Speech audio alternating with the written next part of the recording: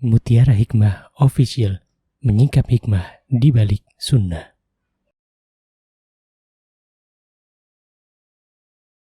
Salurkan donasi terbaik Anda untuk mendukung dakwah Mutiara Hikmah Official.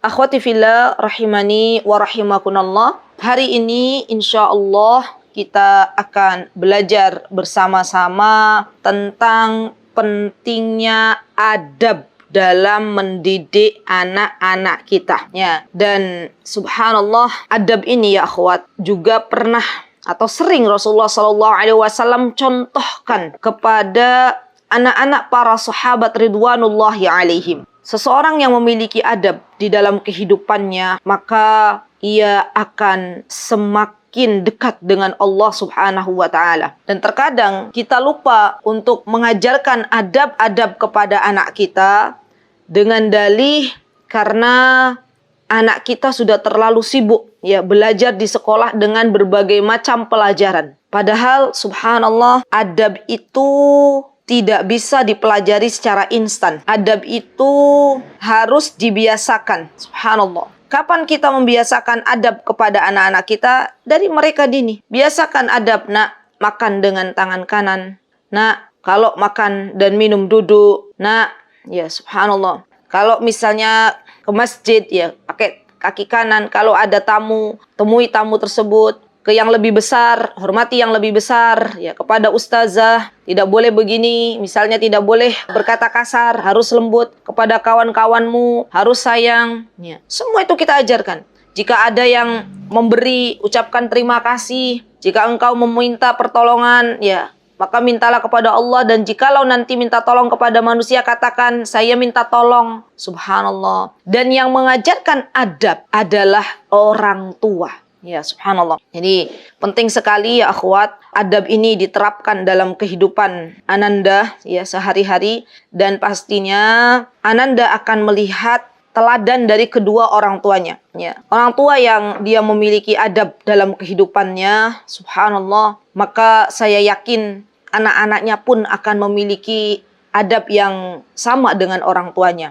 Dan orang tua yang tidak pernah belajar adabnya, maka jangan heran anak-anak dia tidak akan hidup dengan beradab. Ya, penting namanya orang tua dia harus beradab. Karena nanti kaitannya ya akhwat, kalau adab ini sudah diterapkan dalam kehidupan sehari-hari, maka orang-orang di sekitar kita yang hidup dengan kita itu nyaman. Dan sekali lagi, mengajarkan adab kepada anak sejak dini adalah kewajiban bagi kita setiap orang tua.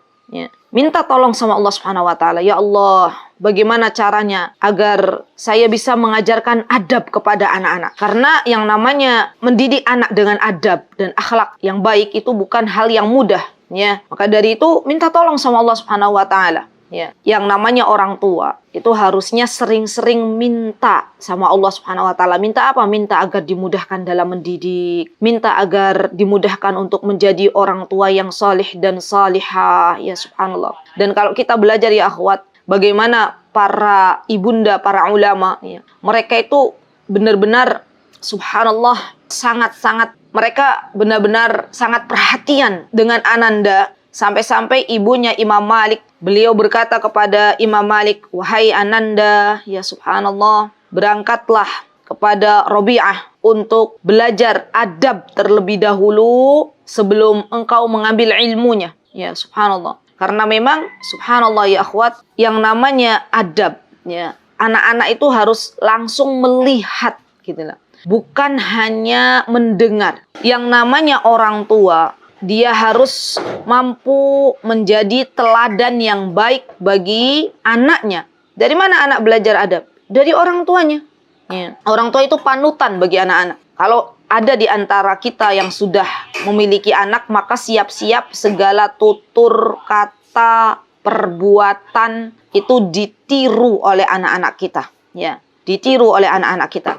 Dan pastinya adab-adab yang diajarkan tidak menyimpang dari apa-apa yang telah Allah dan Rasulnya ajarkan. Jadi setiap adab yang kita ajarkan kepada anak kita itu harus dipastikan bahwa itu tidak melanggar apa-apa yang Allah dan Rasulnya telah tetapkan. Jikalau ada adab yang ternyata bertentangan dengan apa yang Allah dan Rasulnya sampaikan, maka boleh kita tidak ajarkan.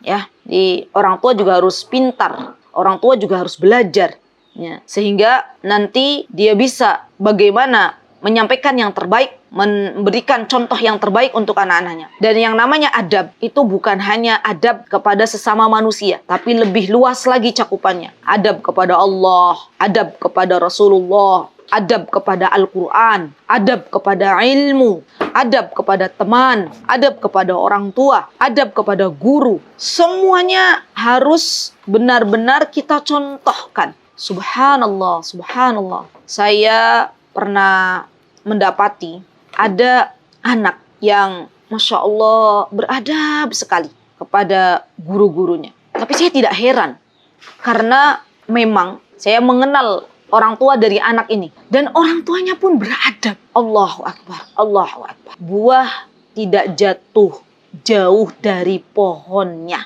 Ya, subhanallah, subhanallah. Allahu Akbar. Bagaimana kita memulai mengajarkan adab kepada anak-anak ya akhwat? Ajarkan dari hal-hal yang sederhana dulu. Dari hal-hal yang sederhana. Ya. Nanti lama-kelamaan anak-anak akan terbiasa. Anak-anak akan terbiasa. Ya, jadi tidak boleh langsung mengajarkan adab itu kepada anak hal-hal yang berat bagi anak. Jadi sesuai dengan kemampuannya. Step by step. Ya. Perlahan-lahan. Kalau bahasa Jawa niki alon-alon, yang penting kelakon. Nah itu dia. Ngajarin anak-anak adab tuh begitu. Alon-alon aja, pelan-pelan. Yang penting kelakon. Yang penting apa? Terlaksana. Ya. Daripada tidak sama sekali. Daripada kita mengajarkan satu hari adab ini, adab ini, adab ini. Anak-anak nggak nyantol. Ya, subhanallah, subhanallah. Baik. Nah, kemudian ya akhwat, bagaimana cara kita mengajarkan adab? Di antaranya kepada anak-anak, di antaranya adalah dengan memberikan kisah-kisah terbaik. Memberikan kisah-kisah terbaik. Baik itu kisah yang berhubungan dengan kisah Rasulullah SAW ataupun kisah yang berhubungan dengan bagaimana para sahabat ridwanullahi alaihim atau para ulama, ya, para tabi'in, para atba'ut tabi'in, semuanya kita ceritakan. Ya. Dan biasanya anak-anak itu penasaran. Ya, hari ini kita bercerita tentang bagaimana adabnya Umar bin Abdul Aziz sebagai seorang pemimpin, misalnya kepada anak-anak. Besoknya anak-anak itu tanya lagi, Umar, buku yang kemarin dibacakan, yang dikisahkan tentang Umar bin Abdul Aziz belum selesai. Ya. Terus Umar bin Abdul Aziznya apalagi yang dilakukan oleh Umar bin Abdul Aziz? Ya, biasanya anak-anak begitu. Ya. Selesai misalnya buku pertama, mereka minta buku yang selanjutnya mana? Ya, minta dikisahkan oleh ibunya, oleh ayahnya. Dan ini tugas kita ya akhwat. Kita berharap semoga dengan itu Allah akan tancapkan ya kepada anak-anak kita adab-adab yang baik. Karena kaidahnya itu adab dulu yang kita dahulukan. Adab dulu. Dan ini sudah dicontohkan oleh banyak para ulama. Ya. Sampai-sampai Imam Malik itu, beliau pernah berkata kepada seorang pemuda Quraisy. Apa kata Imam Malik? Pelajarilah adab, ta'alamil adab sebelum mempelajari ilmu. Subhanallah. Dan Yusuf bin Al-Husain, beliau juga pernah berkata, apa kata beliau? Dengan mempelajari adab, maka ilmu akan menjadi mudah. Subhanallah, subhanallah. Jadi anak-anak kita itu, ya akhwat, kalau dia mempelajari adab, Allah akan berikan keberkahan dalam ilmunya. Allah akan berikan keberkahan di dalam hidupnya. Ya. Tapi kalau ada seseorang yang dia belajar ilmu dulu, sebelum adab, yang dikhawatirkan ada dia akan menjadi seorang yang sombong dengan ilmunya. Ya, na'udzubillah. Thumma na'udzubillah. Ibnul Mubarak rahimahullahu ta'ala, beliau pernah mengatakan, ya akhwat, coba mari kita dengarkan apa kata Imam Ibnul Mubarak rahimahullahu ta'ala. Kata beliau, kami itu mempelajari masalah adab selama 30 tahun. Sedangkan mempelajari ilmu selama 20 tahun. Kira-kira banyak adab atau lama belajar adab atau lama belajar ilmu? Lama belajar adab. Subhanallah, subhanallah. Allahu Akbar, Allahu Akbar. Ya subhanallah. Dan masih banyak perkataan-perkataan para ulama ya akhwat, ya, yang berkaitan dengan masalah adab ini. Dan mereka subhanallah mempelajarinya dulu sebelum mereka mempelajari ilmu. Maka kita dapati subhanallah para ulama itu kalau mereka berbeda pendapat dengan ulama lain, ya dalam hal misalnya ilmu fikih misalnya, maka mereka akan saling menghormati. Imam Syafi'i misalnya berbeda pendapatnya dengan Imam Ahmad berbeda pendapatnya dengan Imam Abu Hanifah berbeda pendapatnya dengan Imam Malik misalnya. Mereka tidak bertengkar, mereka tidak ribut, ya. Tapi mereka saling menghormati, mereka saling memuliakan. Karena mereka sudah belajar adabnya. Dan ada doa ya akhwat yang diajarkan oleh Nabi kita Muhammad SAW. Beliau pernah mengajarkan sebuah doa agar kita dikaruniai akhlak yang mulia, adab yang baik. Apa kata beliau? Allahumma inni a'udzubika min munkaratil akhlaq wal a'mali wal ahwa. Allahumma ya Allah, inni hamba berlindung, inni a'udzubika sungguhnya saya berlindung kepadamu min munkaratil akhlaq, dari akhlak yang jelek, wal a'mal, ya, dari amalan yang jelek, dan ahwa, dan nafsu yang jelek. Ya subhanallah. Ada juga Rasulullah SAW mengajarkan, ya, sebuah doa lagi. Apa kata beliau? Allahumma hdini li ahsanil akhlaq la yahdi li ahsaniha illa anta wasrif anni sayyi'aha la yasrifu anni sayyi'aha illa anta. Allahumma ya Allah, ihdini, tunjukkanlah padaku apa yang kita minta kepada Allah. Ahsanil akhlaq, akhlak yang baik. La yahdi, tidak ada yang dapat menunjuki akhlak yang baik tersebut. Li ahsaniha illa anta, kecuali engkau wahai Rabbku. Wasrif anni, dan palingkanlah diriku. An sayyi'aha, dari akhlak yang tidak baik. La yasrifu anni sayyi'aha illa anta, dan tidak ada yang memalingkan kecuali engkau. Ya, jadi ini penting ya akhwat. Kita ajarkan doa ini kepada anak. Pelan-pelan baca. Ibunya suka baca, nak, Ummah mau baca doa. Doa apa Ummah? Doa biar beradab. Terus kita baca doanya. Yang pendek dulu. Allahumma inni a'udzubika min munkaratil akhlaqi wal a'mali wal ahwa.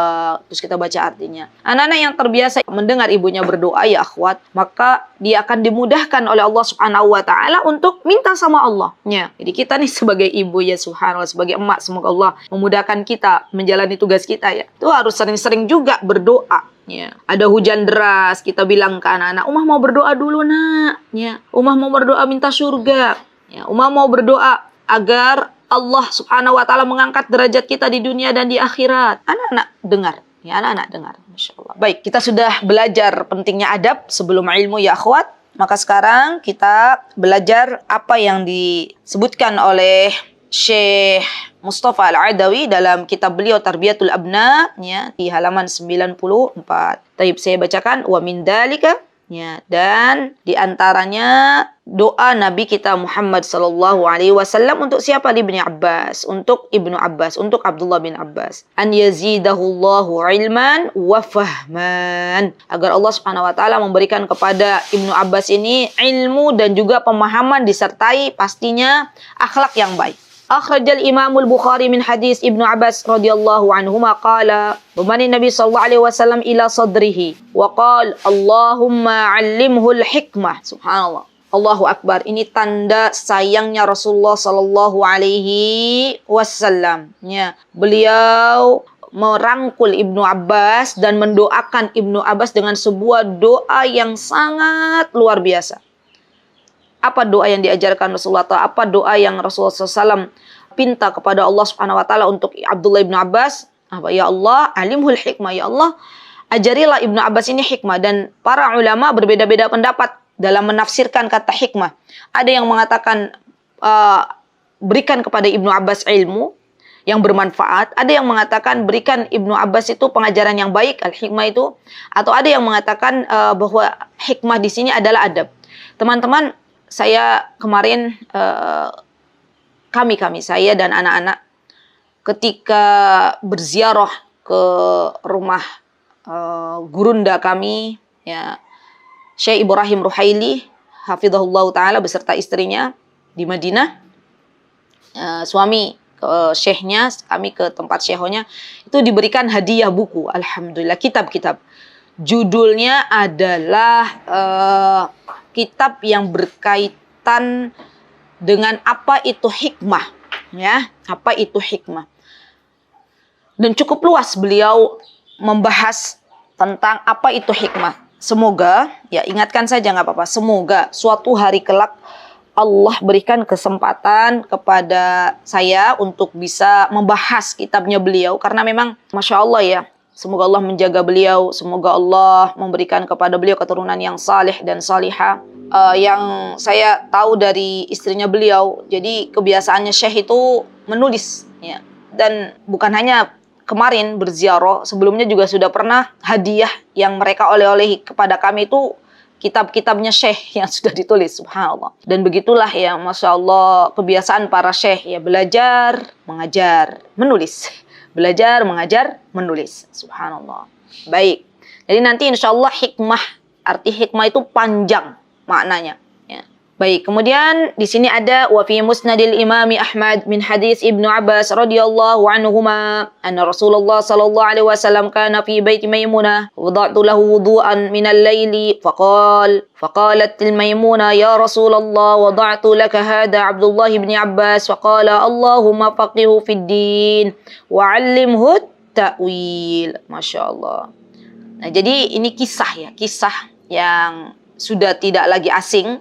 Subhanallah, bagaimana, coba lihat teman-teman, bagaimana Abbas memberikan kesempatan kepada putra tercintanya, yaitu Abdullah bin Abbas. Abbas itu kan pamannya Rasulullah. Berarti Abdullah ini adalah sepupunya Rasulullah SAW. Coba bagaimana Abbas ingin putranya yang bernama Abdullah ini belajar adab dari Rasulullah SAW. Lihat, bagus sekali nih dalam bagus sekali kisahnya.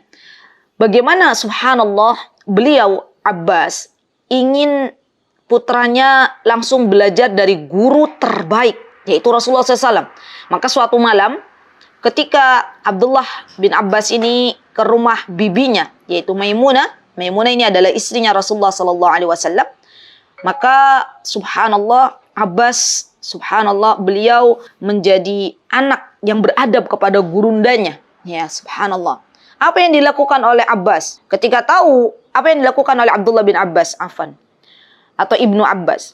Beliau, subhanallah, kita tahu usianya waktu itu masih belia ya. Beliau tahu mana kewajiban seorang murid kepada gurunya. Dan beliau tahu kebiasaan gurunya, subhanallah. Jadi beliau paham bahwa Rasulullah SAW itu senang sholat malam gitu ya. Maka ya, Abdullah bin Abbas berusaha untuk mengambil air di sebuah wadah untuk Rasulullah SAW berwudu. Lihat ya akhwat. Jadi di antara yang bisa kita lakukan sebagai seorang murid adalah berkhidmat. Ya. Melayani seorang guru. Dan ini sudah diajarkan sebelumnya oleh Abdullah bin Abbas. Subhanallah, kita pernah mendengarkan. Waktu itu sama ya kisahnya. Kisah Abdullah bin Abbas juga memegangi untanya Zaid. Nih, waktu itu. Dan beliau itu tahu bahwa Zaid ini adalah gurundanya gitu ya, Masya Allah, Masya Allah. Dan itu yang harusnya kita ajarkan kepada anak-anak kita. Ya. Itu yang harusnya kita ajarkan kepada anak-anak kita. Bagaimana beradab, bagaimana melayani gurunya, subhanallah, subhanallah, Allahu Akbar. Yakinlah ya akhwat, kalau kita nih orang tuanya, kita contohkan dulu kepada anak-anak kita bagaimana melayani seorang guru. Maka suatu hari kelak Allah akan menampakkan kepada kita bagaimana anak kita berbakti kepada gurunya. Bagaimana anak kita berkhidmat kepada gurunya, melayani gurunya. Seorang guru sejatinya tidak ingin dilayani. Seorang guru sejatinya tidak ingin dihormati.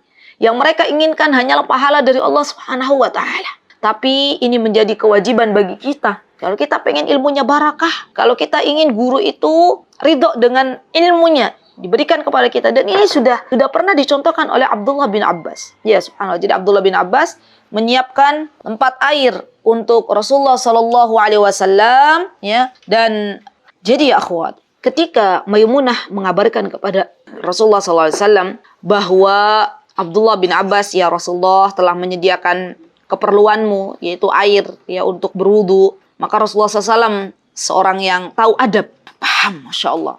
Maka beliau memberikan kepada Abdullah bin Abbas dengan sebuah doa terbaik. Apa doanya? Doanya, Allahumma faqihu fid din wa alimhu ta'wil. Ya Allah, berikanlah kepada Abdullah bin Abbas pemahaman agama dan ajarkanlah kepada Abdullah bin Abbas at-ta'wil. At-ta'wil itu para ulama mengatakan diantaranya adalah tafsir artinya. Subhanallah. Jadi ya akhwat, kita nih pelajaran yang berharga. Bagi kita terkadang kita harus punya waktu ketika memang Allah berikan kesempatan kepada anak-anak kita untuk berjumpa langsung dengan gurunya. Kita berikan waktu barang sehari, 2 hari dia bersama gurunya. Alhamdulillah wa syukrulillah hadza min fadlillah. Ini adalah keutamaan dari Allah Subhanahu wa taala yang Allah berikan. Kemarin juga sempat kami diberikan praktek seperti itu. Jadi putri kami, Masya Allah, barakallahu fiha, berjumpa dengan gurunya dari Timur Tengah langsung di Masjidil Haram waktu itu. Dan kami sengaja berkata kepada putri kami, nggak usah pulang dulu ke tempat penginapan. Sama gurunya aja dulu sehari, 2 hari di masjid. Dan Masya Allah, apa yang terjadi akhwat? Setelah putri kami berjumpa dengan gurunya, kemudian bercerita, Masya Allah Umi, banyak sekali adab yang bisa saya ambil dari guru saya. Bagaimana beliau memanage waktu dengan baik, bagaimana beliau makan itu atau untuk hal-hal dunia itu dipercepat, ya bagaimana sholatnya, bagaimana, Masya Allah, itu baru sehari ya akhwat, belum berhari-hari. Allahu Akbar, Allahu Akbar. Jadi seharusnya kita begitu. Kalau ada kesempatan anak-anak kita bisa berjumpa dengan gurunya, maka nggak apa-apa, biarkan aja dulu anak kita sehari atau semalam, tapi izin dulu, titipkan dulu. Saya pun begitu, saya titipkan kepada guru anak kami, saya izin dulu, ini anak saya, putri saya nggak pulang ke penginapan, bolehkah bersama Syekh? Boleh. Ketika beliau mengizinkan, ya dengan senang hati gitu ya, maka nggak apa-apa, kita lepas Bismillah, ya nggak usah ada keraguan, karena saya yakin Syekh pun akan mengerti dan tahu akan amanah yang dititipkannya. Ya. Tujuannya apa? Untuk belajar adab. Baik. Kemudian wa 'inda Tirmidzi min hadis Ibnu Abbas radhiyallahu anhu qala da'ali Rasulullah SAW an yu'tini al-hikmah marratain. Kata Ibnu Abbas, Rasulullah SAW itu mendoakan Ibnu Abbas dengan hikmah. Tadi hikmah artinya banyak ya, bisa adab, bisa ilmu, ya. Maka Abdullah bin Abbas didoakan oleh Rasulullah SAW 2 kali. Wa akhrajal Imam Ahmad bin hadis Ibnu Abbas qala ataitu Rasulullah SAW min akhir lail fa sallaitu khalfahu wa khada bi yadi fajuruni faja'alani khida'u falamma aqbala Rasulullah SAW ala salatihi sintu. Fa shalla Rasulullah SAW falamma insarafa qala li Masya'ni aj'aluka khidai fatanhanas wa qultu ya Rasulullah yanbaghi li ahadin an yusalli khidaka wa anta Rasulullah sallallahu alaihi wasallam Allah qala fa'ajabtuhu. Taib, subhanallah. Nah, ini dia pelajaran berharga juga nih dari Abdullah bin Abbas. Apa kata beliau ketika saya itu berada di rumahnya Rasulullah SAW? Lihat ya akhwat, bagaimana Abbas cerdas dalam mendidik putranya, yaitu Abdullah bin Abbas, menitipkan Abdullah bin Abbas kepada Rasulullah SAW. Dan ini nggak harian ya akhwat. Kalau Anas bin Malik, Ummu Sulaim, ketika beliau menitipkan Anas bin Malik kepada Rasulullah SAW, itu kan setiap hari ya. Jadi memang, ya Rasulullah, kata Ummu Sulaim, saya punya anak nih, namanya Anas. Saya ingin Anas berkhidmah kepadamu, ya melayanimu. Tapi kalau Abdullah bin Abbas ini nggak setiap hari ya. Dan subhanallah, suatu hari kata Abdullah bin Abbas, saya berada di rumahnya Rasulullah SAW di malam hari. Dan saya sholat di belakang beliau. Sholat di belakangnya Rasulullah SAW. Ya. Kemudian Rasulullah SAW waktu itu memegang tangannya Abdullah bin Abbas dan menarik tangannya Abdullah bin Abbas ke samping beliau. Dan ini pun yang diajarkan oleh Nabi kita Muhammad SAW. Dan waktu itu kata beliau, Rasulullah SAW, kenapa menarik? Karena waktu itu Abdullah bin Abbas sholat di belakangnya. Dan setelah sholat Rasulullah menyampaikan, wahai Abdullah bin Abbas, ya, kalau sholat, engkau sholat pantas di sampingku. Lihat. Subhanallah. Kemudian kata Abdullah bin Abbas, saya kagum ya dengan beliau. Jadi ini luar biasa ya, Masya Allah kalau dibayangkan. Abdullah bin Abbas ini seorang anak yang walaupun dia usianya belum dewasa, tapi paham adabnya.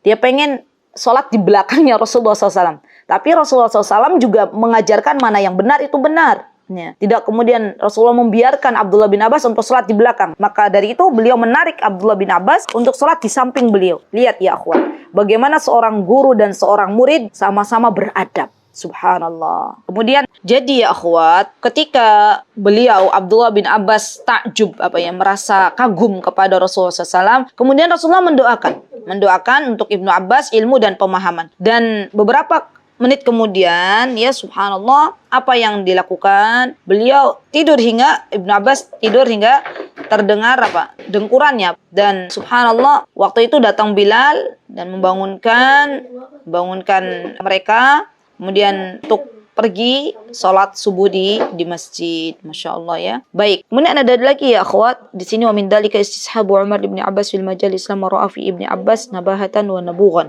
Umar bin Khattab ya di sini pernah duduk di majelis bersama Ibnu Abbas radhiyallahu anhu. Dan kata Umar, saya itu melihat kecerdasan ya subhanallah dari dalam diri Ibnu Abbas. Jadi waktu Umar melihat Ibnu Abbas tuh sudah terlihat kecerdasannya. Subhanallah, sudah terlihat kecerdasannya. Maka Umar pun membawa Abdullah bin Abbas, karena Umar yadkhuluni ma asyia'ikh Badr. Maka Umar membawa Ibnu Abbas karena Umar melihat Abdullah bin Abbas ini cerdas. Ya, biasanya anak-anak yang subhanallah ya, yang banyak didoakan oleh orang tuanya, oleh orang-orang yang berilmu, Allah berikan kecerdasan. Maka ketika itu Umar tahu diri, ya, bawa Abdullah bin Abbas ke asyikh itu orang-orang yang usianya lebih sepuh gitu, lebih besar. Asyikh Badr, yaitu orang-orang yang pernah ikut dalam peperangan Badar. Faka'anna ba'duhum mujida fi nafsihi faqala lam tadkhul hada ma'ana wa lana abna mislah. Kata para sahabat yang ikut dalam perang Badar, wahai Umar, kenapa kamu bawa anak kecil ini? Kita juga punya anak seusia Ibnu Abbas. Subhanallah ya. Maka Umar mengatakan, ya subhanallah. Faqala Umar, innahu min haitsu alimtum. Kata Umar, sesungguhnya Abdullah bin Abbas ini sebagaimana yang saya tahu dan kalian tahu, dia adalah anak yang walaupun anak-anak tapi pikirannya dewasa gitu. Fada'adat al-laila fadkhalau ma'ahum fama ruwitu annahu da'ani yaumaidin illa liyurihum qala ma taquluna fi qouli ta'ala idza ja'a nasrullahi wal fath. Sampai akhirnya ya akhwat, di suatu malam subhanallah Abdullah bin Abbas ini ditanya, wahai Abdullah bin Abbas, apa yang dimaksud dengan idza ja'a nasrullahi wal fath? Tafsirannya apa? Mereka ada yang mengatakan ya, faqala ba'duhum, kemudian mereka di antara para sahabat ada yang menjawab, di antaranya adalah Allah, banyak memuji Allah, nahmadullah wa nastaghfiruh. Dan di sini yang dimaksud dengan idza jaa nasrullah, bertahmid kepada Allah dan meminta ampun kepada Allah Subhanahu wa taala. Idza jaa nasruna wa fathu alaina, ya. Faqala li akadzalika taqulu ya Ibnu Abbas. Maka para sahabat bertanya kepada Abdullah bin Abbas, wahai Ibnu Abbas, apakah itu yang dimaksud? Faqultulah, bukan. Ya. Qala fama taqul. Jadi apa yang mau kamu ucapkan? Subhanallah, lihat ya akhwat. Anak yang berilmu itu dicari. Ya. Subhanallah, anak yang berilmu dan beradab. Ya. Orang yang berilmu dan beradab itu dicari banyak orang. Ditanya pendapatnya apa dengan ayat ini.